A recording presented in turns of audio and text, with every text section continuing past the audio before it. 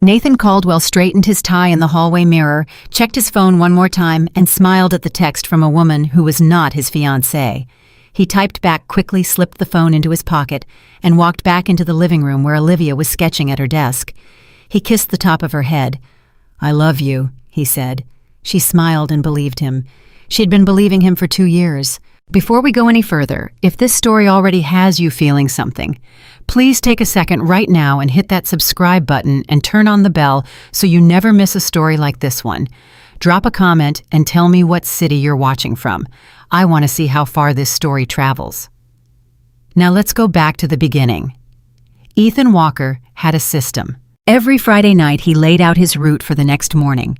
He printed the delivery list, circled the apartment numbers that needed extra attention, checked the cooler bags, made sure the zippers worked, and set his alarm for 5:45. Not 6, not 5:30, 5:45.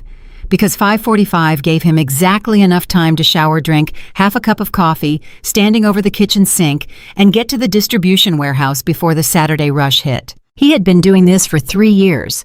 His best friend Ryan thought the whole system was obsessive. "You deliver groceries, man. You're not flying a plane." "I deliver groceries to 63 households every Saturday," Ethan said, folding the route sheet in thirds the way he always did. "People count on those deliveries. They plan their whole weekend around it." Ryan leaned back on Ethan's couch and stared at the ceiling. "You know what normal people do on Saturday mornings? Sleep until 9 and regret it." "Exactly. Sleep until 9 and regret nothing." Ethan didn't argue. He never argued with Ryan about this because Ryan wouldn't understand even if he explained it for an hour. The job wasn't glamorous. It didn't pay well. But after losing his construction position, when the company folded 18 months into what should have been a 5-year contract, this job was the thing that kept him from losing his apartment and his sense of purpose at the same time. He wasn't going to be careless about it. He also wasn't going to pretend, even to himself, that every stop on his route meant the same thing, because they didn't. Stop number 31 was different. Stop number 31 was apartment 5B. The first time Ethan delivered to that address, he almost got it wrong. He had grabbed the bag for 5A by mistake and was halfway down the hallway when the woman in 5B opened her door before he even knocked. She stood there with her arms crossed, not impatient exactly, but precise, like someone who had timed it. "That one's mine," she said. He looked at the bag, looked at the label. She was right. "Sorry about that. You're Olivia Bennett." "Yes." "I'm Ethan. I'll be your driver on Saturdays going forward." She looked at him the way people look at weather forecasts, noting the information without committing to any particular feeling about it. "Okay," she said. She took the bag. "Thank you." The door closed before he finished saying, "Have a good weekend." He stood in the hallway for a half-second longer than he needed to, then turned and walked back to the elevator. That was all. That was how it started. But here is what Ethan didn't understand yet.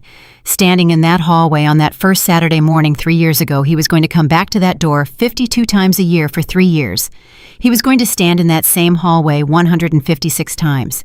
He was going to hear that door open and close until the sound of it became as familiar to him as his own heartbeat, and he had no idea. He just thought she was someone who liked her groceries delivered correctly, which she did. Her list was specific in a way that told him a great deal about who she was, even before he knew anything about her life. She never wrote coffee. She wrote the exact brand, the exact roast, and whether she wanted beans or ground, and if ground, which grind setting. She never wrote olive oil. She specified the region, the harvest year when she could find it, and cold-pressed only. The olives she ordered were a particular brand from a small Italian producer that his warehouse only carried sporadically, and the first time they were out of stock, he called the store manager himself and found an alternative that matched the flavor profile based on the description on the jar. He left a note with the replacement. "They were out of your brand this week. This one is from the same region, same cure method. I think it'll be close. Let me know if it's not right." He slipped the note inside the bag and didn't think much of it. The following Saturday, there was a note tucked under the doormat outside 5B. "It was close. Not perfect, but close. I appreciated that you tried. Oh." He held that note in the elevator all the way down to the lobby. He read it twice. Then he folded it and put it in his jacket pocket and carried it around for the rest of the day without quite understanding why. That night, he found an old wooden box in his closet that his father had made years ago, a simple thing with no latch, just a lid that fit snugly on top. He put Olivia's note inside. He told himself it was just something to remember. He told himself he did that kind of thing with anything that felt worth keeping. He was not entirely honest with himself. The weeks became months. The notes kept coming, but slowly, never forced. Sometimes there was nothing for 3 weeks, and then a small, folded piece of paper would be waiting under the mat written in her handwriting, which he had started to recognize well enough to know when she was tired. Her letters got rounder when she was exhausted, and sharper when she was energized. And he noticed this, the way you notice things you're not supposed to be paying attention to. He noticed when she stopped ordering desserts in October of the first year, just stopped entirely. He didn't ask, but he added a small container of good dark chocolate to her bag, uncharged with a note that said, "Only, dark chocolate has been scientifically proven to help with difficult weeks, or so I've heard." The following Saturday, she met him at the door with a different expression than usual. Not quite a smile, but something adjacent to one. "Who told you it was a difficult week?" "Nobody," he said. "I just noticed." She looked at him for a moment in a way that was hard to read. "Thank you," she said. "It helped." He nodded. She took the bag. The door closed. But for the first time, the silence after the door closed didn't feel like an ending. It felt like something being carefully set down so it wouldn't break. Ryan noticed the change in him before Ethan did. They were at a diner on a Tuesday splitting a plate of fries that Ryan had ordered against Ethan's specific advice when Ryan looked up from his phone and said, "You know that woman you deliver to every Saturday?" Ethan looked up. "I deliver to 63 households every Saturday." "The one you mentioned, the illustrator, apartment 5B. Ethan shrugged. "What about her?" "You just know her order by heart, right? Like without looking at the list." Ethan said nothing. "I asked you what you wanted for your birthday last month," Ryan said, "and you couldn't remember what kind of cake you like. But I bet you could tell me right now exactly what this woman ordered last Saturday." "That's different. That's work." Ethiopian blend ground medium-fine cold-pressed olive oil from Puglia, the specific olive brand you have to special order fresh rosemary, no cilantro ever. Greek yogurt, but only full-fat and dark chocolate for the past 4 months, even though it's not on her list. Ryan raised an eyebrow. "Did I get that right?" Ethan stared at him. "You told me about the chocolate thing," Ryan said. "You thought it was funny, but you told me. And I remembered because you were telling me the way people talk about someone they're paying attention to." "I pay attention to all my customers." "Name 3 other customers." Ethan opened his mouth. He closed it. Ryan pointed a fry at him with the authority of someone who had known him since they were 11 years old. "You realize you know more about her grocery list than your own life, right?" Ethan laughed. He meant for it to sound dismissive. He wasn't sure it did. "She's just a customer," he said. Ryan said nothing. He ate his fry. He let the silence sit there like a third person at the table. And Ethan went home that night and sat on the edge of his bed for a while before he fell asleep, not thinking about anything in particular, which was how he always knew he was thinking about something he didn't want to face directly. The second year was different, not suddenly, not because of one moment, but because the accumulation of small moments had reached a weight that changed the shape of things. Olivia started leaving longer notes, not long in terms of word count. She was always precise, never flowery, but longer in terms of what they contained. There was one in March tucked under the mat on a rainy morning that said, "I've been working on a book about a lighthouse keeper who doesn't realize the ships can see his light, even when he thinks no one is watching. I think you'd understand why I'm telling you that." He read that note 4 times, standing in the rain in the parking lot next to his car. He put it in the wooden box. He sat with it for a week before he wrote back, because he wanted to say the right thing, and not just the first thing. He left his response in an envelope tucked into her next delivery. "I think the lighthouse keeper probably keeps the light going because he believes in it, not because he expects anyone to see it. The ships don't change why he does it. They just prove that he was right to." The following Saturday, when he knocked on the door of 5B, Olivia opened it and looked at him for a long moment before taking the bag. "That was a good answer," she said. I had a week to think about it. The corner of her mouth moved. Not quite a smile, but something that was building toward one over the course of months, the way a city builds a skyline slowly and with intention. "Do you write?" she asked. "No," he said. "I build things, or I used to. I'm working on getting my carpenter certification back." She looked at him differently then. Not like he was the delivery driver, like she was recalibrating something. "What happened to your certification?" "The company I worked for went under. Long story." "I have time," she said. And then she did something she had never done before. She stepped back from the door and held it open. "There's coffee made," she said. He should have said no. He had 8 more stops. He had a schedule. He had the system. He stepped inside. The apartment was exactly what the grocery list suggested. Precise, curated, thoughtful. Books organized by subject along the walls. Artwork that was clearly hers, covering most of the remaining space children's illustrations that were warmer and more playful than her public manner suggested. A large drafting desk covered in overlapping sketches, a controlled chaos that was somehow entirely intentional. He stood near the door while she poured 2 cups of coffee, because sitting down felt like a line he hadn't yet earned the right to cross. "You take it black," she said. It wasn't a question. He blinked. "How did you know that?" "You never order creamer," she said. "And you don't buy sugar. I noticed." He took the cup. He looked at her. And something passed between them in that moment that neither of them was ready to name. "I like that," he said. "That you noticed." She looked into her cup. "I notice things," she said quietly. "I just don't usually say so." They talked for 22 minutes. He knew because he checked his watch when he finally made himself leave, and he was running exactly 22 minutes behind schedule for the rest of the day. He didn't care.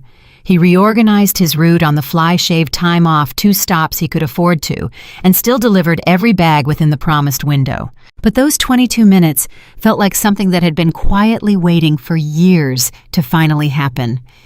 He drove home that night and sat in his car in the parking lot of his building for a while before going upstairs. The wooden box at home was getting full. He needed to make a bigger one. He almost laughed at himself for thinking that. Almost. It was Ryan who said it plainly about a month after the coffee morning on a Sunday afternoon when they were watching baseball and Ethan kept checking his phone for no reason. "You're in love with her." Ethan didn't look up from the game. "I don't want to talk about this." "I'm not asking. I'm telling you. You've been in love with her for at least a year, probably longer." "She's unreachable," Ethan said. The word came out more rehearsed than he intended, like he had been practicing it to himself. "She's a successful artist. She works with publishers in New York. She wears clothes that cost more than my rent. She was engaged to some businessman named Nathan something." "Was," Ryan said. Past tense. Ethan looked up. "She's not with him anymore," he said carefully. "You just said was engaged. You said it without thinking." Ethan replayed the sentence in his mind. He had said it, without thinking. Because somewhere between the grocery lists and the notes and the 22 minutes of coffee, he had absorbed the information that Nathan was gone without ever examining what it meant to him. "I don't know anything about that," he said. "Yes, you do," Ryan said. "You know everything about her. That's the problem. You know what she eats when she's sad, and what she reads when she's happy, and what her handwriting looks like when she's exhausted. You know that she bought flowers every week for a year and then stopped. You know she added dark chocolate to her routine in October because something happened that month. You know her, and you won't admit it because you've decided she's out of your league, and you'd rather keep delivering her groceries for the rest of your life than risk finding out you were wrong about that." Ethan didn't answer for a long time. The game played on. Someone hit a fly ball to center field. The outfielder caught it without breaking stride. "I don't want to be someone she turns to because she's hurt," Ethan said finally. "I don't want to be the rebound, the safe choice, the person she picked because Nathan left and I happened to be convenient." "You've been there every Saturday for 3 years, Ryan said. "There's nothing convenient about that. That's a choice. That's you choosing to show up over and over without asking for anything back. That's not convenience. That's character." Ethan was quiet. Ryan pointed at the TV. For what it's worth, I think you're the best man I know, and I think any woman would be lucky to have you choose her. But you keep telling yourself a story about why you can't have the thing you want, and eventually you're going to tell it so many times that you believe it."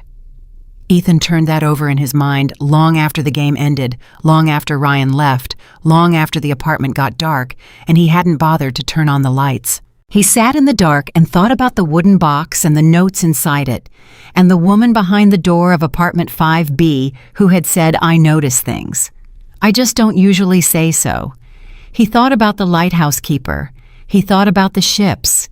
He did not sleep well that night. The November that changed everything started the way November always does, a slow darkening of the days, the temperature dropping in increments small enough that you almost don't notice until you reach for a jacket you stopped needing in September and realize it's become necessary again. Ethan had his Saturday route. He had his system. He had 63 stops, and apartment 5B was number 31. It was a normal morning. Olivia's order was the same as always, except she had added a bottle of wine he didn't usually see on her list, and the note with her order that week had been written in the round, slow letters that meant she was tired or sad or both. He packed her bag carefully. He double-checked the olive brand. He made his morning deliveries. At stop number 31, he knocked on the door of 5B.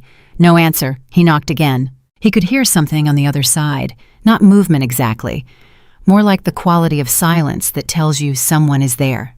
"Ms. Bennett, it's Ethan, delivery." The door opened. Olivia stood there in the same clothes she'd clearly been wearing since the night before, her hair loose and unbrushed, her eyes red in a way that went beyond tired.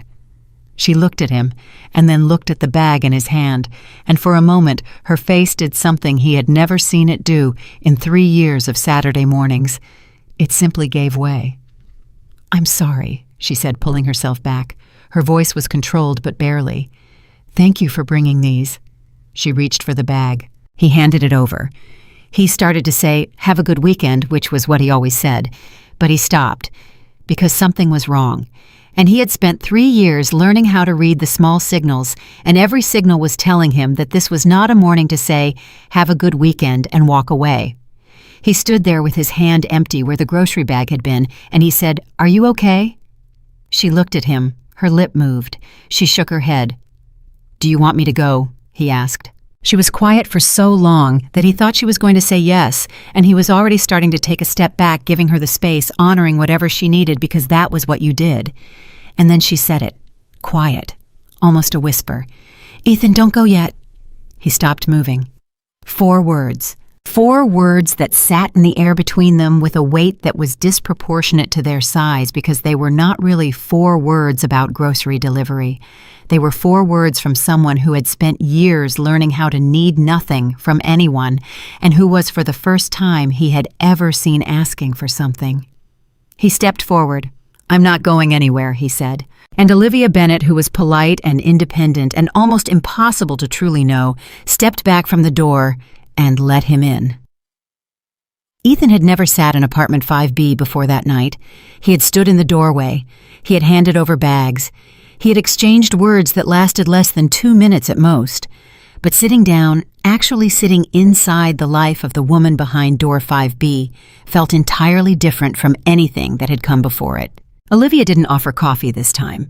She sat down on the couch and pulled her knees up to her chest, which was something he had never seen her do, because the Olivia he knew stood straight and moved with intention, and never let her body say anything her words hadn't approved first. But tonight, her body was saying everything. He sat across from her and waited. He was good at waiting. 3 years of Saturday mornings had taught him that. She didn't speak right away. She looked at the wall, then she looked at her hands, then she finally looked at him. "He's been seeing someone else," she said. "For months, maybe longer. I don't actually know how long, and that might be the worst part, not knowing." Ethan said nothing. He let it land. "I found out this morning," she continued. "Not because he told me. He didn't tell me. He was going to let me keep planning a wedding with someone who was already somewhere else in his mind." She stopped, pressed her lips together. "I found a message on his phone. I wasn't looking for it. I wasn't suspicious. I just picked it up because mine was charging and he'd asked me to check if his brother called." She shook her head slowly. His brother hadn't called. Ethan leaned forward, elbows on his knees. "I'm sorry," he said. Not the version of sorry that people say to fill silence. The real kind.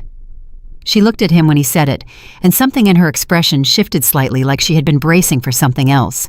A platitude, a reassurance, the reflexive, "you'll be okay" that people reach for because they don't know what else to hold out. "I don't want people to tell me it'll be fine," she said, almost like she had heard his thoughts. "I wasn't going to," he said. She studied him. "What were you going to say?" He thought about it honestly. That finding out this way is worse than finding out any other way. Because you're grieving two things at once. The relationship and the version of him you thought existed. She was quiet for a moment. Then, "Yes, that's exactly it." She uncurled slightly from the couch. Not all the way, but a little. "How did you know that?" she asked. "My father left when I was 14, he said. I didn't find out he was unhappy. I found out he had a whole separate life, different city, different name. He went by different people who thought they knew him. I grieved the dad I thought I had and the truth at the same time. They're not the same grief." She looked at him like she was seeing him for the first time. Except it wasn't that either, because 3 years of Saturday mornings had been a kind of slow, careful seeing that neither of them had ever put into words. "I didn't know that about you," she said quietly. "I don't usually lead with it," he said. She almost smiled. It didn't quite make it to the surface, but it tried. "Nathan isn't a bad person," she said, then stopped. "No, I don't actually believe that right now. I want to believe it because it would make this easier. If he's not a bad person, then maybe I'm not a fool. Maybe I just missed something anyone could have missed." She pressed her fingers to her forehead. "But I'm very good at details, Ethan. You know that about me. I see details. It's literally how I make my living, and I missed this for months." "Liars are good at hiding," he said. "That's not a reflection of your attention. That's a reflection of how much work they put into making sure you don't see it." She looked at him steadily. "Is that something you actually believe, or something you're saying to make me feel better?" "Both," he said, "but mostly the first one." She exhaled and something in her shoulders came down an inch. Just an inch. But he noticed. "Tell me something," she said, "and I want the honest answer, not the kind one." "Okay. Did you ever think something was off about Nathan? You saw him sometimes when he was here, when you'd deliver and he was around." Ethan considered the question the way he considered all her questions seriously, without rushing to answer just to fill the air. He thought about the 3 or 4 times Nathan had been at the door when he arrived. The way the man had taken the bags without looking at him directly, handing over the tip, with the slightly distracted energy of someone checking a task off a list. The way he had never once said Ethan's name, even though it was on the delivery badge. The way he had called the groceries stuff, as in, "I'll take this stuff," while Olivia stood in the background. "I thought he was someone who was used to being the most important person in every room," Ethan said carefully. "I didn't think he was deliberately unkind, just someone who had never needed to practice seeing people he considered peripheral." Olivia stared at him. "Peripheral," she repeated. "To him, not to anyone else." She stood up abruptly and walked to the kitchen and filled a glass of water and stood with her back to him for a moment. He didn't move. He let her have the space. Then she turned around. "He told me once," she said, "that the reason he loved me was because I was the most self-sufficient person he had ever met, that I never needed anything from him." She set down the glass. "I thought that was a compliment." "What do you think now?" Ethan asked. "I think it meant he never had to show up," she said. "I think it meant I made it easy for him to be absent because I never asked him not to be." Her voice was controlled, but her hands were not, and she pressed them flat on the counter to make them stop.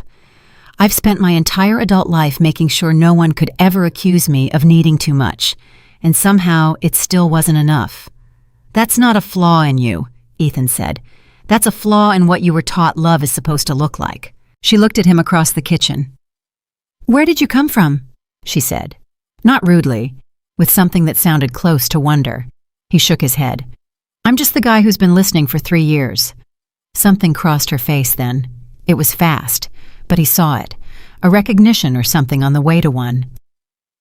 "You have been, haven't you?" she said. It wasn't a question. "You write things down," he said. "I pay attention to them." "The notes?" she said. "The notes." She walked back from the kitchen slowly and sat down again. This time, she didn't pull her knees up. She sat with her feet on the floor like someone who had decided to stop bracing. "I've never told anyone about the lighthouse book before," she said. "I told you in a note. I know. I don't do that, share things before they're finished." "I know that too." She looked at him. "Why did you write back about the lighthouse keeper?" He thought about lying. He thought about saying something easy, something neutral, something that wouldn't open a door. He wasn't sure he had the right to open tonight of all nights. But she had asked for honest, not kind. "Because it mattered to me," he said, "what you were trying to say. It mattered, and I thought about it for a week, and I wanted to answer it properly." The apartment was quiet for a moment. Outside, Portland was doing what Portland did in November, which was rain without apology. He could hear it against the windows. "You're different from what I expected when you first started delivering here," she said. "What did you expect but someone who would do the job and disappear? Most people do." She paused. "I designed my whole life so that most people would." "Why?" She was quiet for a moment. "Because needing people is a liability. You need someone and they leave, and now you've built your whole architecture around a door that doesn't open anymore." She looked at her hands. "My mother left when I was 9. Just left. No warning I could see, though I spent years looking for it in the memories. My father raised me, and he was good at it, really, but he was also a man who responded to hard things by going very quiet and very efficient. We coped well, we just didn't talk about it." Ethan said nothing because this was not a moment for talking. This was a moment for staying. "So I got good at handling things alone," she said. "And I got good at looking like I preferred it. And eventually, the looking like it and the actually doing it became the same thing, and I couldn't tell them apart anymore." She exhaled. Nathan fit into that life perfectly because he wanted someone who didn't demand anything. We were very well matched in our mutual avoidance of anything real. "And then something real happened anyway," Ethan said. "Something real happened anyway," she agreed. She looked at him for a long moment. "Why did you come back tonight?" she asked. "It was late. You'd already made the delivery this morning." He reached into his jacket pocket and pulled out a small jar. He set it on the coffee table between them. She looked at it, her olives. "I found it in my car," he said. "It had rolled under the seat. I noticed it was missing from your bag when I got home, and I tried to tell myself it wasn't worth a second trip." "But you came anyway." "I came anyway." She looked at the jar for a moment, and then looked at him. Something moved through her expression that she didn't quite manage to close off in time. "That's such a small thing," she said. "I know. You drove back across town in the rain for a jar of olives." "I drove back because it was in your order," he said, "and I don't like getting orders wrong." She was quiet. Then she said very quietly, "I think you and I both know that's not the only reason." He met her eyes and didn't look away. "No," he said. "It's not." The rain kept going outside. Neither of them moved. This was the moment where the night could have gone one of two ways, and both of them knew it, and the knowing was its own kind of weight. He was acutely aware that she had spent the day breaking apart, that Nathan had walked out of her life in the worst possible way, that anything she reached for tonight would be reaching from a wounded place and not a whole one. He was acutely aware of how much he wanted to stay, and he was acutely aware that those two things were in direct conflict. So he did the hardest thing he had done in recent memory. He stood up. "I should go," he said. She looked up at him sharply, and he saw something flash across her face that she hadn't intended to show him, something that looked a lot like the beginning of hurt, replaced almost immediately by the trained composure she was so good at. "Of course," she said, smooth, professional, already rebuilding the wall. "Not because I want to," he said. She stopped. "I want to stay," he said clearly.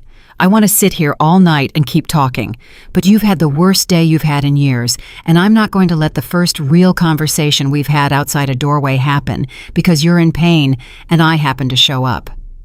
She stared at him. "What does that mean?" she asked. "It means I'm coming back next Saturday," he said. "The same way I always do. And if you want to talk again, we'll talk. And if you want to hand me the empty bag and say thank you and close the door, I'll respect that too. But I'm not going to take advantage of tonight, just because tonight gave me the opening." She was very still. "Most men wouldn't think about it that way," she said. "I know," he said. "That doesn't annoy you. Thinking about it that way when most people wouldn't bother." "No," he said simply. "It doesn't." She stood up and walked him to the door, and he picked up his jacket and she held the door open, and he stepped into the hallway. He was almost to the elevator when she spoke. "Ethan?" He turned. She was standing in the open doorway with the light behind her, and she looked tired and real, and nothing like the composed woman who had been opening this door for 3 years. "Thank you," she said, "for coming back for the olives." He nodded. "Get some sleep," he said. "You've earned it today." The elevator came. He stepped inside. The doors closed. He stood in the elevator and pressed the lobby button and exhaled for what felt like the first time in an hour. His hands were not entirely steady. He noticed that. He didn't try to explain it away. The following Saturday, he arrived at the usual time with the usual bag. He stood outside 5B and knocked. He did not know what was on the other side of that door. He had replayed the conversation from the previous week in his head more times than he would admit, searching for the moments where he might have said the wrong thing, pushed too hard, said too little, let too much show, or not enough. He knocked. The door opened.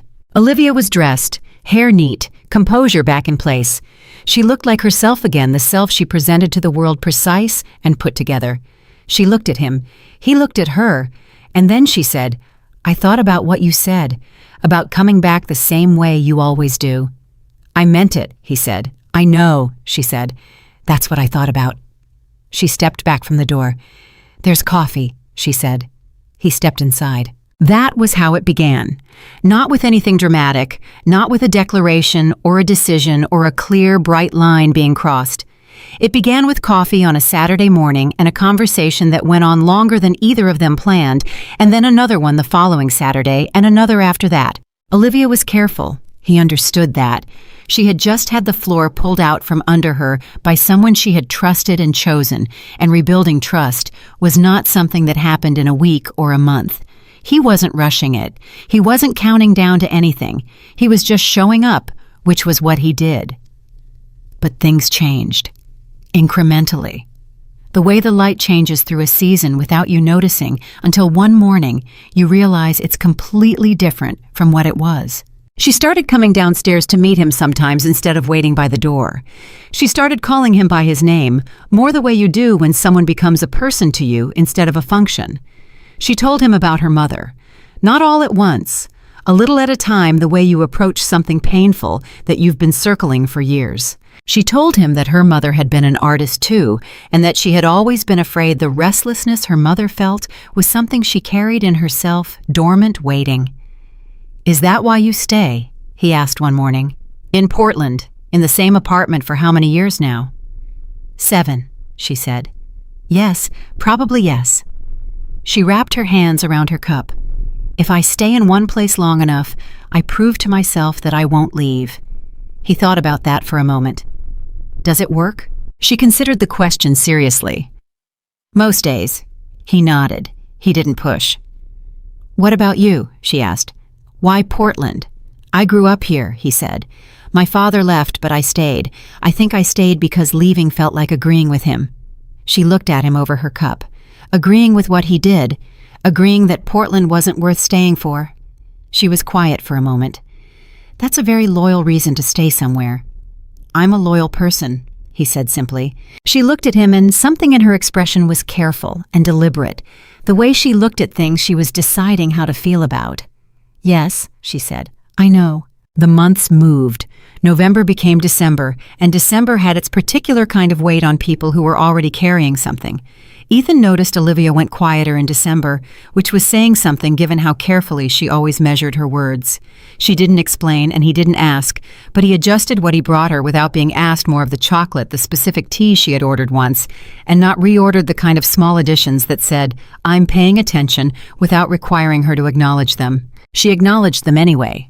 "You do this thing," she said one December morning. She was standing at the counter looking into the grocery bag he'd just set down. where you add things I didn't ask for but needed. It's not magic, he said. You have patterns. I learned them. Most people don't bother to learn them. I'm not most people, he said. He didn't say it with any weight behind it. It was just a statement of fact. She looked at him. No, she agreed. You're not. There was a Saturday in January that he almost missed. He had been sick all week, the kind of sick that makes everything gray and exhausting, and by Friday night, he was running a fever that his body had clearly decided was the minimum viable function setting. He called the dispatch, and they said they could reassign his route. He said, okay. He hung up. He lay down.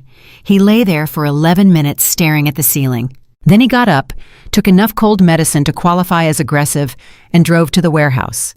He made every delivery. He left 5B for last, which he almost never did, because by that point his fever had climbed back up, and he was running on stubbornness, and the particular determination that does not have a rational explanation.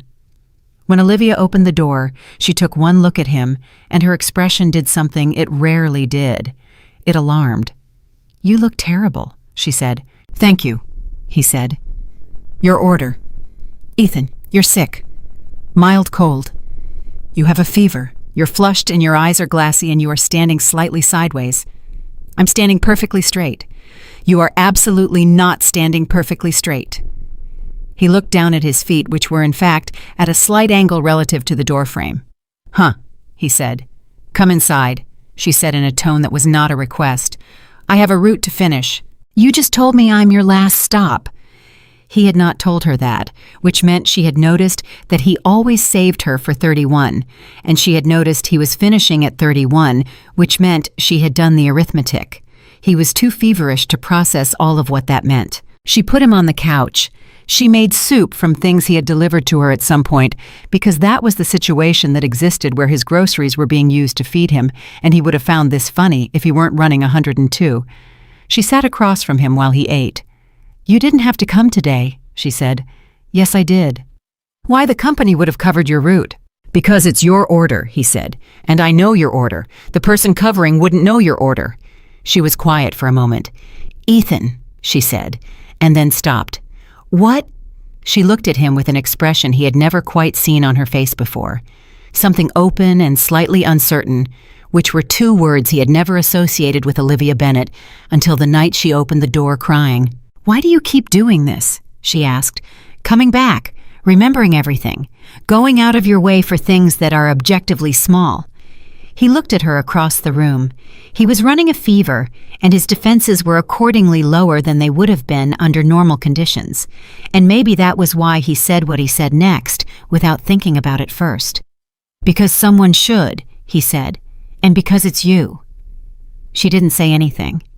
He looked at his soup. I shouldn't have said that, he said. Don't take it back, she said quietly. He looked up. She was looking at him steadily, and her expression was serious and careful, and something else he couldn't quite name. Don't take it back, she said again. I heard it. I'm keeping it. He put down the spoon. She stood up and brought him a glass of water and 2 more cold medicine tablets and told him he was not driving home in that condition, which started an argument that she won in under 3 minutes, which was the fastest he had ever lost an argument in his adult life. He slept on her couch under a blanket she had retrieved from a closet without being asked, and in the morning his fever had broken and she was already up sitting at her desk, working. She looked up when he came into the kitchen. Coffee's made, she said, like it was the most normal thing in the world. Thank you, he said, like it was too. It wasn't. Both of them knew it wasn't. But they were both careful people in their own different ways, and neither of them wanted to move too fast and break the thing that was being built between them slowly and with intention, like a structure that needed to hold weight. It was Ryan who brought up Nathan again. They were at the diner in February, and Ryan had his phone out and was showing Ethan something, and Ethan looked at the screen and went very still. It was a photo on some social media page Nathan Caldwell, at an event arm around a woman smiling the specific smile of a man who had decided his own happiness was the primary organizing principle of the universe. I'm not showing you to upset you, Ryan said. I'm showing you because I think you should know before she sees it. Why would she see it? Because Portland is small and people talk, and the people she works with will have seen this already. Ryan put his phone away. He didn't wait long. Ethan looked at his coffee. That's his business. It will be her business when someone sends it to her, Ryan said. And she's going to have a reaction to it, and you're going to be the person she tells about it, because you're the person she tells things to. Ryan, I'm not saying do anything. I'm just saying be ready. Ethan was quiet. She's not over it, he said. She thinks she is, but she's not. Not entirely. Are you sure about that? People don't get over a 2-year engagement in 3 months, he said. Not emotionally. She's rebuilding. She's doing well, but she's still rebuilding. Ryan leaned back. And where does that leave you? Ethan looked at him. Exactly where I am, he said. Showing up on Saturdays. Ryan shook his head slowly. You're the most patient man I've ever met, or the most stubborn, and I haven't decided which. Probably both, Ethan said. The photo made it to Olivia by Thursday. He knew because she texted him for the first time. She had his number because the delivery company provided it for coordination, but she had never used it outside of delivery logistics. The message was brief. Did you know about this photo? He typed back honestly. I saw it Monday. I didn't want to bring it to you, but I wasn't going to lie if you asked. There was a pause. Then, he didn't wait very long. No. Another pause. I think I'm more angry than hurt. Does that mean I'm healing, or does it mean I wasn't as in love as I thought? He looked at the message for a long time. He typed, It probably means you're honest. You loved who you thought he was. Finding out who he actually is changes the math. Being angry at the real version isn't the same as still being in love with the version you imagined. He hit send. He sat with his phone and waited. 3 minutes passed. Then, You're very good at this. Then after another pause, Thank you for not bringing it to me Monday. I needed the week to be a normal week. He wrote back, I know. Because he did know. That was the thing. He knew her well enough by now to know that she needed her weeks to run on their own logic, that disruptions to the structure she had built were harder for her than they would be for most people, that she would rather find out a hard thing on Thursday than have it inserted into Monday without warning. He knew her the way you know someone you have been quietly paying attention to for a long time. The following Saturday, she met him in the lobby.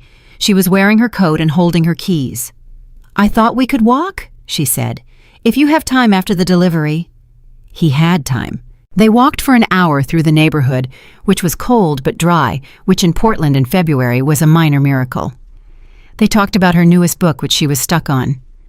They talked about his certification program, which he had recently enrolled in again night classes twice a week. They talked about his father a little more than he had said before, and she told him more about her mother. At some point, walking their hands were close enough that his knuckles brushed hers once by accident, and then a second time that was less of an accident. And then she quietly, and without making a thing of it, let her hand stay where it was, and his stayed too. They walked like that for another 20 minutes, without saying anything about it. When they came back to her building, she stopped on the sidewalk and looked up at him. I don't want to do anything fast, she said. I know, he said. I'm not ready to, she said. And I need to say that because I'm aware that something is happening, and I need you to hear me when I tell you my pace. I hear you, he said. She looked at him carefully. You're not frustrated. No. Most people would be frustrated. I'm not most people, he said. She almost smiled because those were her words coming back to her from 2 months ago, and she recognized them. No, she said. You're really not. She went inside. He stood on the sidewalk for a moment in the cold February air. His hand was still warm where hers had been. He walked back to his car slowly, not because he was in no hurry, but because he wanted to hold on to the feeling for one more minute before the ordinary world came back. Above him, in window 5B, the light was still on. He had stopped pretending he didn't notice things like that a long time ago. Whatever was coming next turned out to be both simpler and more complicated than either of them expected. Simple because the feelings were no longer hidden. They had been named quietly and without fanfare in a kitchen in March, with the rain going outside, and naming them had taken a pressure off the air between them that neither had realized was there until it lifted. They could look at each other directly now.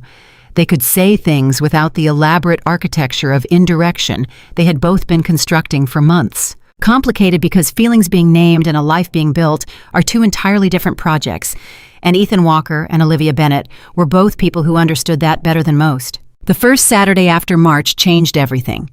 Ethan knocked on the door of 5B, and Olivia opened it, and they looked at each other, and both of them did the thing that people do when they have said something true and irreversible and are now standing on the other side of it. They assessed the damage, found none, and quietly exhaled. "Hi," she said. "Hi," he said. She took the bag. He stepped inside. They had coffee. They talked about her book, which was due to her publisher in 6 weeks and was giving her trouble in the 3rd act. They talked about his certification program, where he was now the student instructors called on when they needed someone to demonstrate a joint correctly. They talked the way people talk when they are building something between them and are wise enough to do it slowly. He did not try to rush to the next thing. She did not ask him to. They were both for the first time in their respective lives exactly where they wanted to be.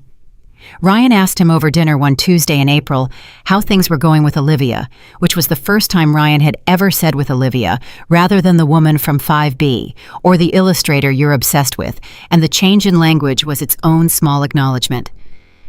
"Good," Ethan said. Ryan waited. "Really good," Ethan said. "That's it. 3 years of pining, and all I get is really good." "What do you want me to say?" Ryan put down his fork. "I want you to tell me what it's like, now that you're not hiding it, now that she knows." Ethan thought about it. "It's like," he started, then stopped. He tried again. "You know how when you've been carrying something heavy for a long time, you get so used to the weight that you forget you're carrying it, and then you put it down and your whole body recalibrates, and for a minute you don't know what to do with your hands?" Ryan nodded slowly. "It's like that," Ethan said. "I spent 3 years managing what I felt so carefully, that feeling it without managing it is almost disorienting. Like a muscle that was always braced, finally being told it can relax." Ryan picked up his fork again. "That might be the most honest thing you've ever said to me." "Don't make a thing of it." "I'm absolutely making a thing of it."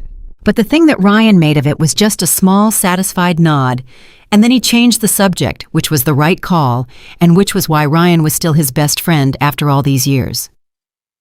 The complication arrived in April, not loudly, not in a way that announced itself, but the way complications usually arrive sideways in the middle of something else. Olivia's publisher called on a Wednesday evening in the 2nd week of April. Ethan knew this because she called him afterward, which was still new enough that his phone ringing with her name on the screen made him stop whatever he was doing and pay attention. "They want me in New York," she said without preamble, which was how she always started conversations when she was processing something. "For a residency, 6 months, starting in June." He sat down. "That's significant," he said. "It's a major opportunity," she said, "the kind that doesn't come twice. Working with a senior editor on the new book, access to their illustration studio, a formal mentorship with an artist whose work I've studied for 15 years. A pause. "I'd be lying if I said I wasn't excited." "You should be excited," he said. "That's genuinely remarkable." "Ethan." Her voice had something in it that was careful and a little braced. "What?" "We've been doing this for 5 weeks," she said. "Whatever this is. And now I'm telling you I might be gone for 6 months. Starting in June." He understood then what she was not quite saying directly. She was asking him what this meant. Whether 5 weeks was enough to ask him to wait. Whether she was allowed to want the New York residency and also want this, or whether wanting both made her the kind of person who took things without being sure she deserved them. He knew her well enough to hear all of that underneath the words she had actually said. "Olivia," he said, "do you want to go?" A pause. "Yes." "Then go. It's not that simple." "Tell me the part that makes it complicated," he said, "because from where I'm sitting you have been offered an extraordinary professional opportunity, and you are calling me because you care what I think, and what I think is that you should take it." She was quiet for a moment. "You make it sound easy," she said. "I'm not saying it's easy," he said. "I'm saying it's clear. Those are different things." "What about us?" she said. It came out quieter than she intended he could tell, like she hadn't planned to say it that directly. "We've been doing this for 3 years," he said. "We just took 5 weeks to say it out loud. I think we can do 6 months of you being in New York." A long pause. "You'd wait?" she said. Not a question exactly. "I'm not going anywhere," he said. She made a sound that was not quite a laugh and not quite a breath, and was somewhere between relief and something that had no name. "I told you I wasn't easy," she said. "You did," he said. "I told you I was choosing you specifically. Specifically includes New York residencies." She was quiet again, and he let the quiet sit because she needed it. "I need to think about it," she said finally. "Take the time," he said. "But Olivia, for what it's worth, don't make yourself smaller than you are for the sake of what we're building. We'll build it at whatever pace we need to, but you don't get to shrink for it." She said his name, just his name, in a way that carried more than his name usually carries. "Okay," she said. "I'll think." She called back Thursday evening. She was taking the residency. He said, "Good." She said, "You realize you are a profoundly unusual person." He said, "I've been told." She laughed. Then a real one, the kind he had been collecting evidence of for months because they were rare and genuine, and nothing like the polite professional sounds she made when something was only mildly amusing. April moved toward May, the way spring in Portland always does, a little reluctantly, a little brilliantly. Things between them settled into a shape that neither of them had been able to predict, but that both of them recognized as right. He still brought her groceries on Saturdays. He still knocked on the door of 5B.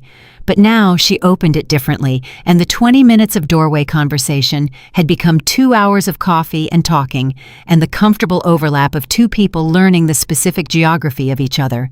She came to his night class once, just showed up, sat in the back row, said nothing for the entire 2 hours, and then waited outside while he talked to the instructor. When he came out, she was standing in the parking lot with her hands in her coat pockets, and she said, "You're good at it. The way you explain things to people. You make it sound inevitable. Like, of course the joint works this way. How could it work any other way?"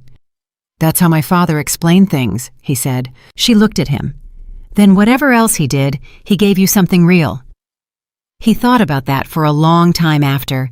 He thought about the birdhouse in his mother's backyard. He thought about the table he was going to build. The twist that April kept in reserve arrived on a Friday evening 14 days before Olivia was scheduled to leave for New York, and it arrived wearing a familiar face. Ethan was in the parking lot of his building carrying 2 bags of his own groceries from the store when Nathan Caldwell got out of a car he had parked across the street and walked toward him. He recognized Nathan from the times he'd seen him at Olivia's door in the past. The expensive coat, the careful posture of a man who had been told he was impressive enough times to believe it. "Ethan Walker," Nathan said. It wasn't a greeting. It was the way people say a name when they've been rehearsing a conversation. Ethan stopped. He set down his grocery bags on the hood of his car. He waited. "I want to talk to you," Nathan said. "Okay," Ethan said. Just that. Nathan looked at him with an expression that was working very hard to be neutral and not quite getting there. There was something underneath it that was sharper and less composed, something that looked like a man who had been thinking about this conversation for weeks and had arrived with a version of himself he was hoping to present and was already finding the presentation harder than expected. "She's going to New York," Nathan said. "I know," Ethan said. "Did you encourage that?" "I told her to take the opportunity, yes." Nathan's expression shifted. "She would have stayed if you hadn't." Ethan looked at him steadily. "You don't know that. And even if it were true, what would it tell you about what she wanted?" Nathan's jaw tightened. "She was confused, after everything. She was vulnerable, and you were there and you made yourself into something she needed, and now she's making a major life decision around a relationship that's been going on for 5 weeks. Ethan said nothing. Nathan stepped closer. "I'm asking you to step back. Give her room to think without you in the picture. Let her figure out what she actually wants instead of what she thinks she wants, because you've been very patient and very present and very easy to lean on." "You're asking me to disappear so she might choose you," Ethan said. "That's what this is."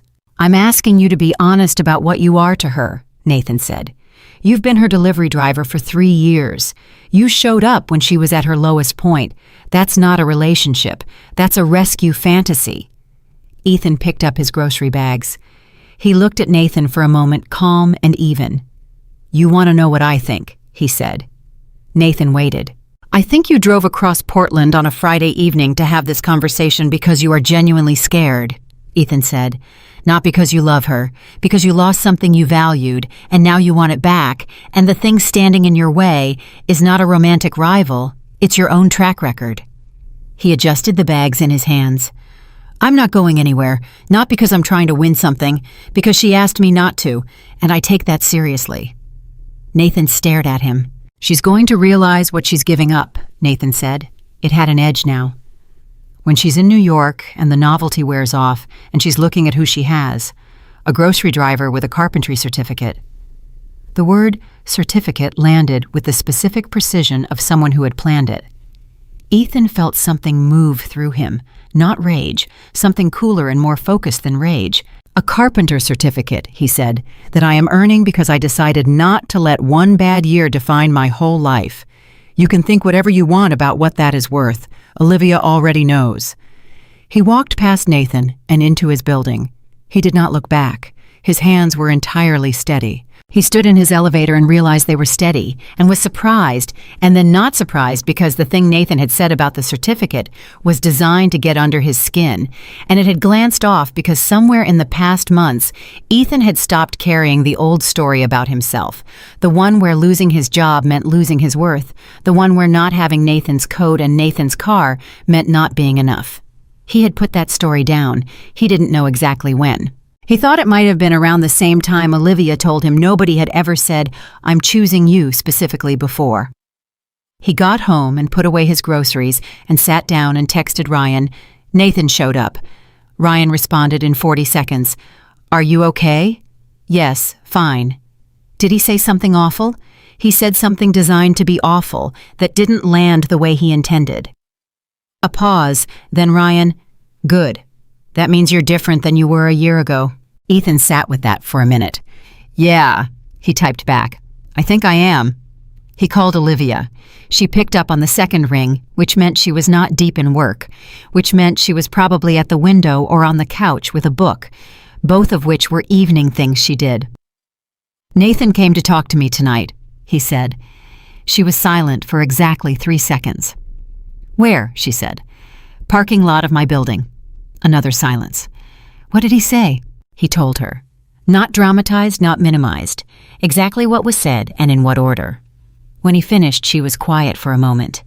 Then, he had no right to do that. "He did what he thought he needed to do," Ethan said. "I'm not going to pretend it wasn't uncomfortable, but it didn't change anything for me." "I'm furious," she said, and her voice had something in it that he rarely heard from her unfiltered anger, the clean kind that doesn't need to be managed. "I know," he said. "You can be." "He went to you," she said.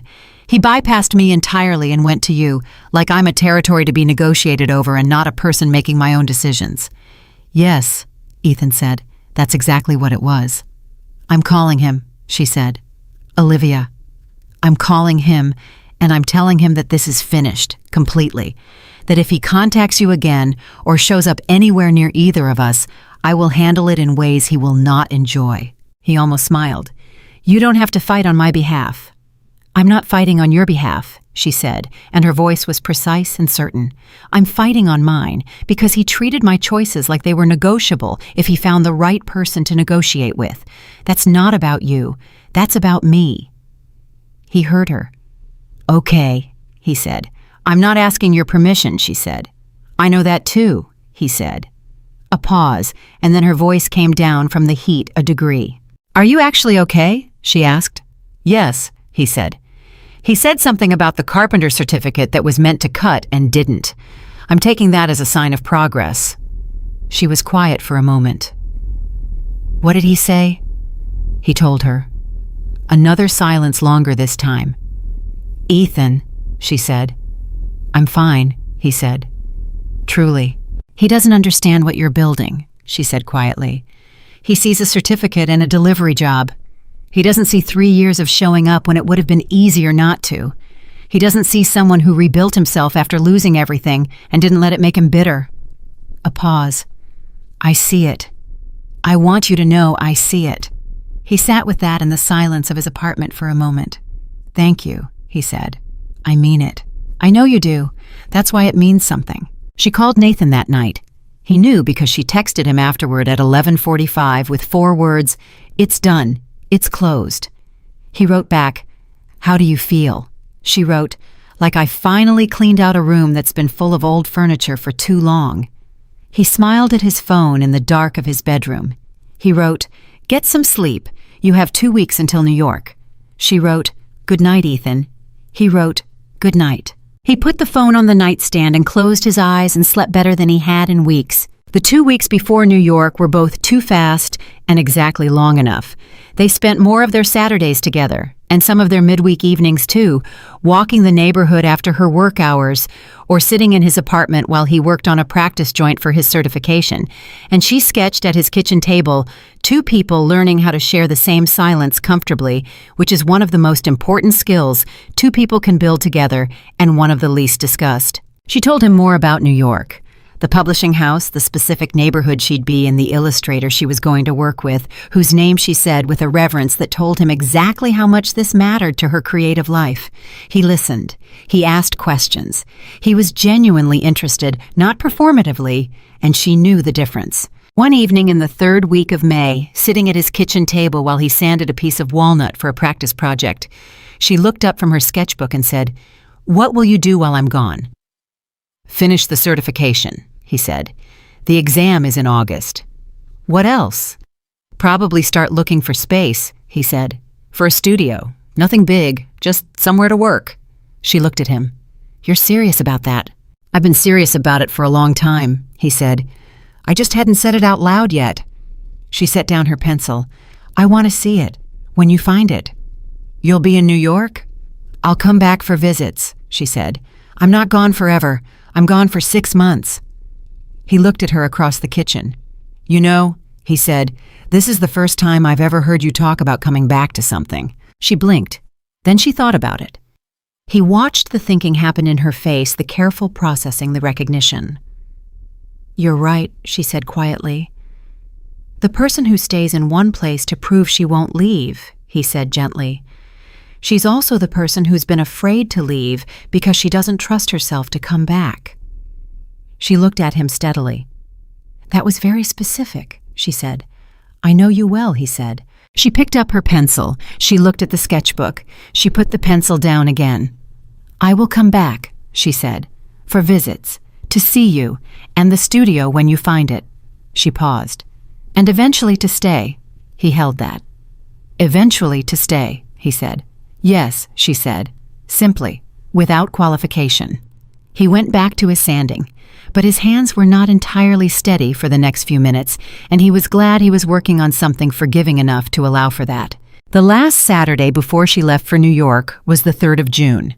He came with her groceries, as always, and there was something both ordinary and enormous about the gesture.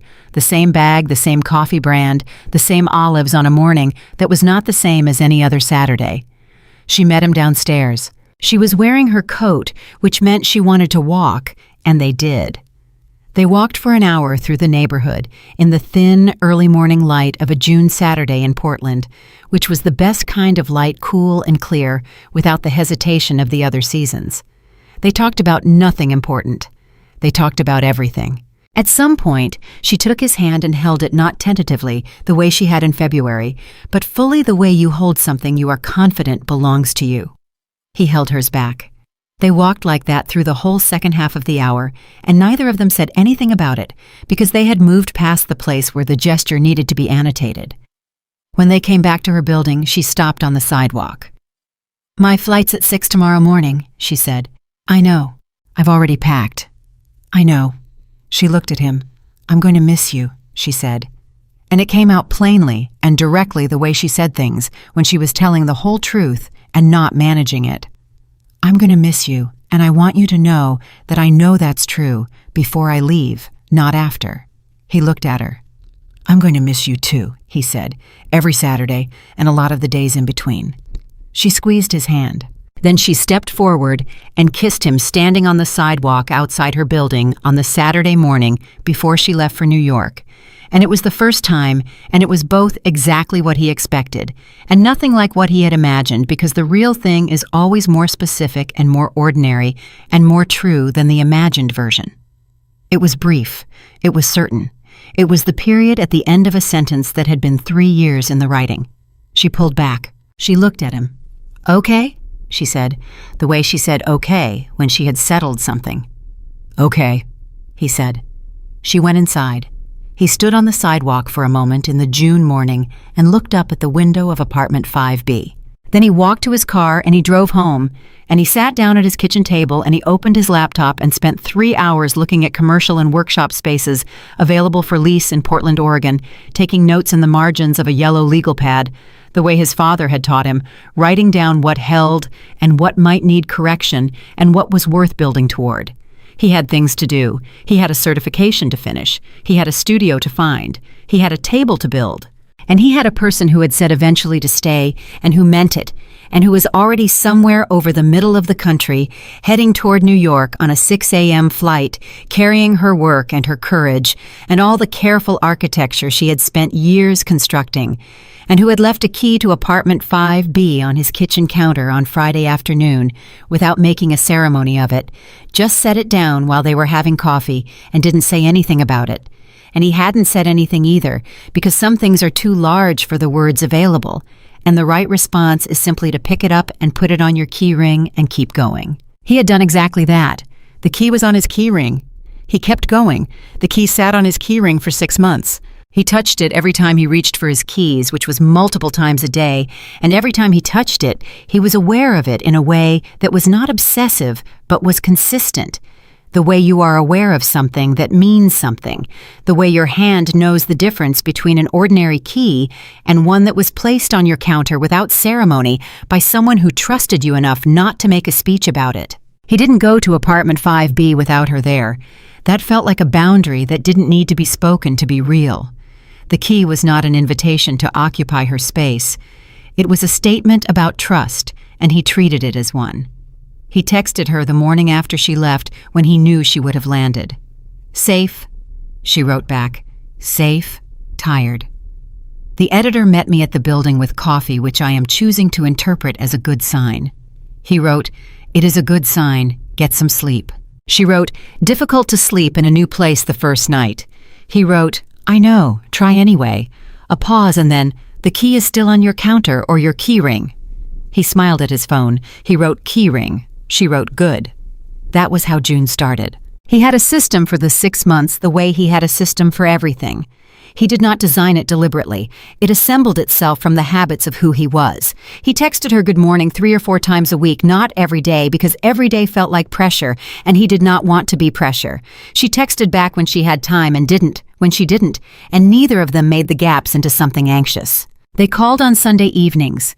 That one was deliberate, a thing they agreed to in the second week of June when they both realized they had independently set aside Sunday evenings without planning it. She called him at 7, or he called her at 7, and they talked for an hour, or sometimes 2, and those conversations were the best part of his week, in a way he did not tell Ryan, because Ryan would absolutely make a thing of it. She talked about the residency. The editor was demanding and precise and brilliant, the kind of person who could identify the weakness in a single illustration in under 30 seconds, and then explain exactly why it wasn't working in terms that made you embarrassed you hadn't seen it yourself. Olivia said this with admiration rather than resentment, which told Ethan that she was being challenged at the exact level she needed. She talked about the illustrator she was working with, a woman in her 60s, who had spent her career making children's books that were also secretly about loss and resilience and the things adults had stopped letting themselves feel. Olivia said meeting her was like recognizing a language she had always spoken but never heard spoken back. He listened to all of it with the attention he had always given her, except now he could say, "I'm proud of you." And she could say quietly on the other end of the line in New York, "I know. Thank you." July was when the certification got serious. The exam was in August, and the program's final weeks were the most demanding, a compressed review of everything: plus a practical component where you had to build a specified joint under observation and explain your process in real time. Ethan's night classes became 3 times a week. His weekends were split between the route and the workshop space he'd started renting by the hour at a local woodworking co-op, where he practiced joints until his hands knew them without his mind having to intervene. Ryan came to the co-op once on a Saturday afternoon and sat on a stool in the corner and watched him work for 40 minutes without saying much, which was for Ryan extraordinary restraint. When Ethan finished the piece he was working on, Ryan said, "Your father would have been impressed." Ethan looked at the joint. He thought about it. "Yeah," he said. "Maybe." "Not maybe," Ryan said. "That's not a maybe piece of work." Ethan set it down. "I'm not doing it for him." "I know," Ryan said. "That's why it's impressive." He called Olivia that Sunday and told her about the joint. She asked him to send a photograph, so he did, and she responded within 2 minutes with, "Ethan, that's beautiful. And then, build me something with that joint someday." He wrote back, "Already planned." She sent back a question mark.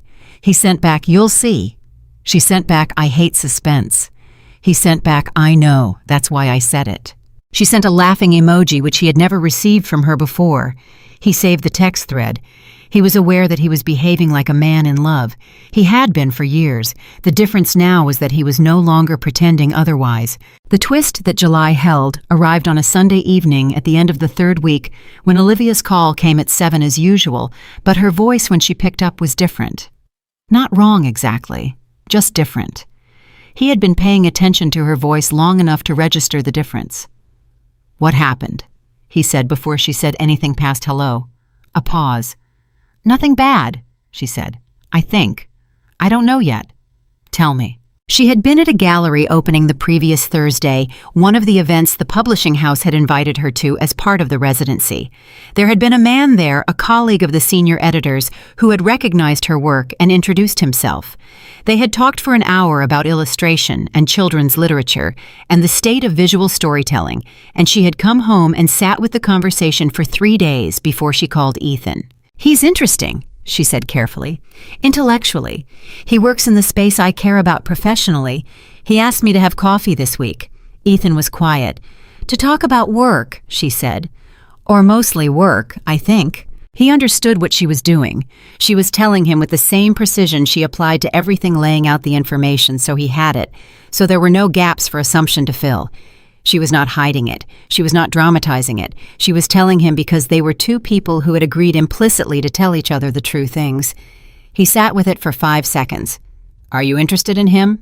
he asked. Direct, no inflation, no deflation. She was quiet for longer than felt comfortable. "I'm interested in the conversation," she said. "I'm interested in his ideas. He is interesting the way someone who cares about the same things you care about is interesting." Another pause. "That's not the same as what I have with you, but I need to say it honestly because you deserve honest." He exhaled slowly.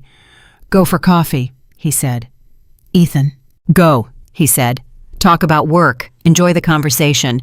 You're in New York for 6 months, and you're allowed to have a full life there, including interesting conversations with interesting people." "You're not worried," she said. It was not quite a question. He thought about that honestly. "I'm a little worried," he said. "I'm human, but I trust you, and I trust what we have. And if I ask you not to have coffee with someone because I'm threatened by the concept, I become someone you'd be right not to trust. So go." She was quiet for a moment. "I don't know anyone else who would say that," she said. "I know. It would be easier if you were jealous. I know that too. Because then I'd have a reason to be frustrated with you, and this would be simpler." "I know," he said. "But simpler isn't what we've ever been." She said his name the way she had learned to say it, carrying more than just a name.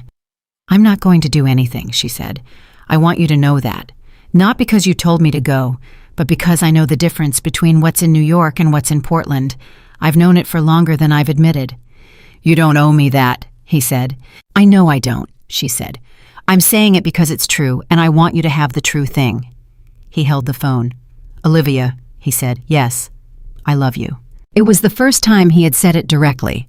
Not in the way of notes about lighthouse keepers, not in the action of showing up with a jar of olives in the rain.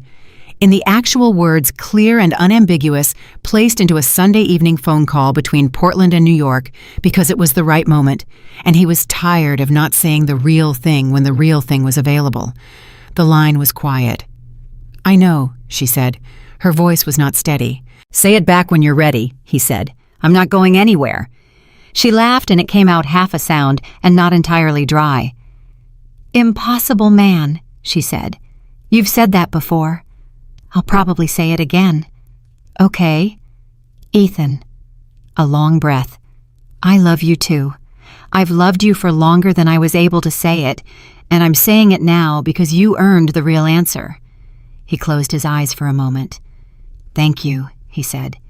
"You thanked me," she said, "for telling you I love you." "Yes, that's the most you thing that has ever happened." "Probably," he said. They talked for another hour, about the gallery, about the certification, about nothing important and everything that was, and when they hung up, the apartment was quiet, in the way it gets when something has shifted in it. Some piece of furniture moved, some window opened the air different from what it was an hour before. He sat for a while, then he went to his workshop space. He worked until midnight on a piece of walnut he had been setting aside for 2 months, and by the time he locked up and drove home, he had made a decision that he had technically been making for 3 years without knowing it. August arrived with the particular determination of a month that knows it is the last of something. The certification exam was on a Tuesday in the second week. Ethan had been to this building 100 times in the past year, but the Tuesday morning felt different, the way final mornings always do, not heavier, exactly more clarified, like everything peripheral had been stripped away. He sat the written portion in the morning. He did not find it easy. He found it appropriate, which was different. The questions were the right questions for someone who had been paying attention, and he had been paying attention. The practical component was in the afternoon. He was given the specification, given the materials, given a station and a set of tools and 2 hours. He built the joint with his hands and explained his process as he went, and the examiner took notes without expression, which was exactly the kind of feedback that told you nothing and required you to trust yourself. He drove home. He did not hear the result that day. He heard it Thursday morning by email at 6:48, standing over his kitchen sink with a cup of coffee. He passed. He read the email twice. He put down the coffee. He sat down on the nearest chair, which was a kitchen chair, and not particularly comfortable, and he sat there for a while, not thinking about anything in particular, just holding the fact of it the way you hold something you have been working toward for long enough that having it requires a moment of adjustment. Then he picked up his phone. He did not text Ryan first. He called Olivia. She picked up on the third ring, slightly breathless, which meant she had been working. "Ethan, it's Thursday morning. We don't usually talk on Thursdays." "I passed," he said. The sound she made was immediate and involuntary, and entirely unlike her public composure, a sharp exhale that became something close to a laugh, that became something that was not a laugh, but was warmer. "You passed," she said. "I passed. Ethan." And then his name again in that way. "I knew you would. I've known since the first time I saw you work." "You saw me work once. Once was enough." He was smiling at his kitchen wall, which had never done anything particularly smile-worthy, but which happened to be in his line of sight. "Come home soon," he said. "I want to show you something." She was quiet for a moment. "The thing you've been working on," she said. "Yes. The joint you said you'd build me someday." "Not just the joint," he said. Another pause. "What did you build? Come home and see." She said, 3 more weeks. He said, "I know, take your time." She said, "I am taking my time." I said 3 weeks, not 6 months. He laughed. She laughed. It was an ordinary exchange between 2 people who loved each other and were 3 weeks away from being in the same city again, and it was entirely unremarkable, and it was everything. He called Ryan after. Ryan said, "Finally, we're celebrating. Tonight, no argument." They celebrated at the same diner where they had been having these conversations for 20 years. Ryan ordered the fries Ethan always advised against, and Ethan let him without saying anything, which Ryan noted and appreciated. "So, what now?" Ryan said. "Studio, Ethan said. "I've been looking at a space on Morrison, small, good light." "You've already looked." "I've looked at 14 spaces over the past 3 months." Ryan stared at him. "You looked at 14 spaces and didn't tell me." "I was waiting until I passed." "Why?" "Because talking about what you want before you've earned the right to have it is bad practice," Ethan said simply. Ryan shook his head. "You are the most particular human being I have ever known." "Is that a compliment?"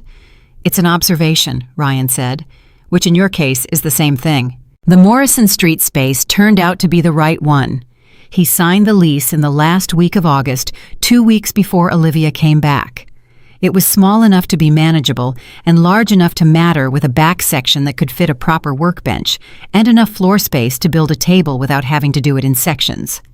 He started on the table the first weekend after signing the lease. He had been carrying the design in his head for months, long enough for most couples to gather around it, wide enough that the people at each end didn't feel removed from the conversation in the middle. Built from white oak that he had been acquiring board by board since March, because the right wood for a table you intend to last has to be chosen carefully and in stages. He worked on it every evening that week and on the weekend mornings when he didn't have the rote. He thought about his father while he worked, which he had not expected, not with resentment or with longing particularly, but with something more complicated recognition. The thing his father had built in him, the specific language of wood and joints and patient construction, had outlasted everything else. The absence, the separate life, the years of silence, all of it had taken things from Ethan that could not be recovered. But it had not taken this: the knowledge of what held and what needed correction. The understanding that a thing built with care means more than a thing that looks good from a distance. He built the table thinking about all of that. He built it thinking about Olivia. He built it thinking about what it meant to make something you intended to last. She came back on a Friday evening in the second week of September. He knew her flight time. He had not offered to pick her up because she hadn't asked and because she was a person who needed to arrive at her own pace, but he had been aware of the flight time, the way you are aware of a specific hour all day without looking at the clock directly. At 8:17 she texted, "Home." He wrote back, "Welcome back." She wrote, "Come over." He grabbed his keys. He knocked on the door of 5B for the first time in 6 months. She opened it. She looked different in the specific way that people look different when they have spent 6 months doing exactly what they are supposed to be doing with their lives. More settled in herself, more certain in the particular way that comes not from certainty about the world, but from certainty about who you are in it. She looked at him. He looked at her. And then she stepped forward and he put his arms around her, and she held on in a way that was not the carefully measured hug of someone managing the impression she made, but the full and unguarded hold of someone who had been away and was now back and knew exactly where she was and was glad of it. They stood like that for a long moment. Then she pulled back and looked at him and said, "You look good." "You look better," he said. She almost rolled her eyes. "I just spent 6 hours on a plane." "Still better," he said. She let him in. The apartment had the particular quality of a space that had been empty for months, clean and unchanged, and carrying the specific silence of the absence of a person rather than just the absence of sound. She moved through it, reactivating it, turning on lights, opening a window, filling the kettle, all the small motions of returning. He sat at the table and watched her. "Tell me everything," he said. "I wrote you emails," she said. "Tell me anyway," she told him. For 2 hours she told him about New York, the editor and the illustrator, and the city itself, and what it felt like to be entirely absorbed in work in a way that was clarifying rather than isolating. She told him about the book which was done, which the editor had called the best thing she had produced, which was not hyperbole from this particular editor, because this editor did not do hyperbole. She told him about the man from the gallery who had been interesting and kind and genuinely good at his work, and with whom she had had coffee twice, and talked about illustration. And then at the end of the second coffee, he had asked if she was seeing anyone, and she had said yes, with a certainty that she had not expected to feel so clean and uncomplicated. "Clean and uncomplicated," Ethan repeated. "Yes," she said. "That's what it felt like. Not difficult, not a sacrifice, just the true answer." He held that. "Good," he said. "You're not going to say anything else about it. What else is there to say? You told me the true thing. I believe you." She looked at him across the kitchen table. 6 months away, she said, and you're exactly the same. Is that a complaint? No, she said. It's the opposite of a complaint. He reached into his jacket pocket and set something on the table between them. A small wooden piece, palm-sized the joint he had been practicing since March.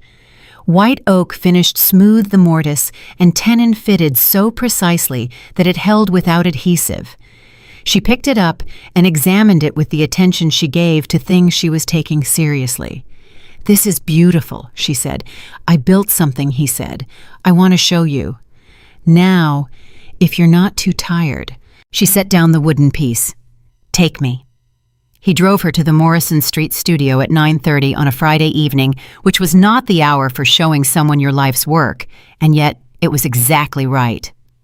The studio was half lit and smelled of sawdust and linseed oil and the particular clean wood smell that Ethan had been carrying around in his memory since the Saturday afternoon when he was 12 and building a birdhouse with his father. The table was in the center of the room. She walked in and stopped. She looked at it for a long time without saying anything. He stood near the door and let her look. It was a table, long enough for 8 people, built from white oak that he had chosen board by board over the course of months. The surface was smooth and precisely finished, and the legs were hand-carved with a slight taper that made the whole thing look both solid and light. At each corner the joinery was visible rather than hidden, the mortise and tenon sitting proud of the surface by a 1/4 inch, a choice he had made deliberately, because he believed that the thing that held something together should not be ashamed of being seen. "Ethan," she said, "I told you I wanted to build a table," he said, "something big enough for people to sit around." She turned to look at him. "You said for whoever needs one," she said. She remembered. Of course she remembered. "I changed my mind," he said. "I know who needs it." She was quiet. "Who?" she said, though he thought she already knew. "Us," he said, "and whoever we invite to it." She stood there in the studio at 9:30 on a Friday evening in September in the half-light with sawdust on the floor and the smell of good wood all around them, and she looked at him the way she had been learning to look at him for 3 years fully, without the protective distance she kept between herself and most things. "Us," she said. "Yes." She walked back across the studio and stood in front of him and put both of her hands on either side of his face and looked at him directly. "I spent 6 months in New York," she said. "I had the best professional experience of my life. I met interesting people and did serious work, and I came home." She paused. "I came home, Ethan. To Portland. To this city I've been hiding in for 7 years and calling stability. And when I landed and the plane touched down, the thing I thought was, I'm back where he is. That was the thought. Not the apartment, not the book, not the career. Where he is." He covered her hands with his. "I'm here," he said. "I know," she said. "You're always here." "Not always," he said, "but whenever it matters." She looked at him for one more moment, taking him in the way she took in things she intended to keep. Then she kissed him there in his studio, standing between the workbench and the table he had built for them. And it was different from the June sidewalk kiss, the way the final version of something is different from the draft, more certain, more settled, carrying the weight of everything that had led to it, without being burdened by it. When she pulled back, she looked at the table again. "The dedication page of the new book," she said quietly. "I wrote it in July." He waited. She recited it from memory, the way you know something you've read so many times it lives in you. "For the man who showed me that love is not always a grand gesture. Sometimes it's someone remembering the olives." The studio was very quiet. He looked at the table. He thought about a jar of olives on a coffee table. He thought about a cold November evening and 4 words whispered by a woman who never asked for anything. He thought about a wooden box full of notes and a lighthouse and a birdhouse and a piece of walnut and 14 spaces on Morrison Street and a key placed on a kitchen counter without ceremony and a phone call from New York at 7 on a Sunday evening when she said "I love you" because she had finally decided he deserved the real answer. He thought about all of it. "Can I read it?" he said. "When it comes out." She looked at him with something that was warm and private and entirely hers. "You can have the first copy," she said, signed.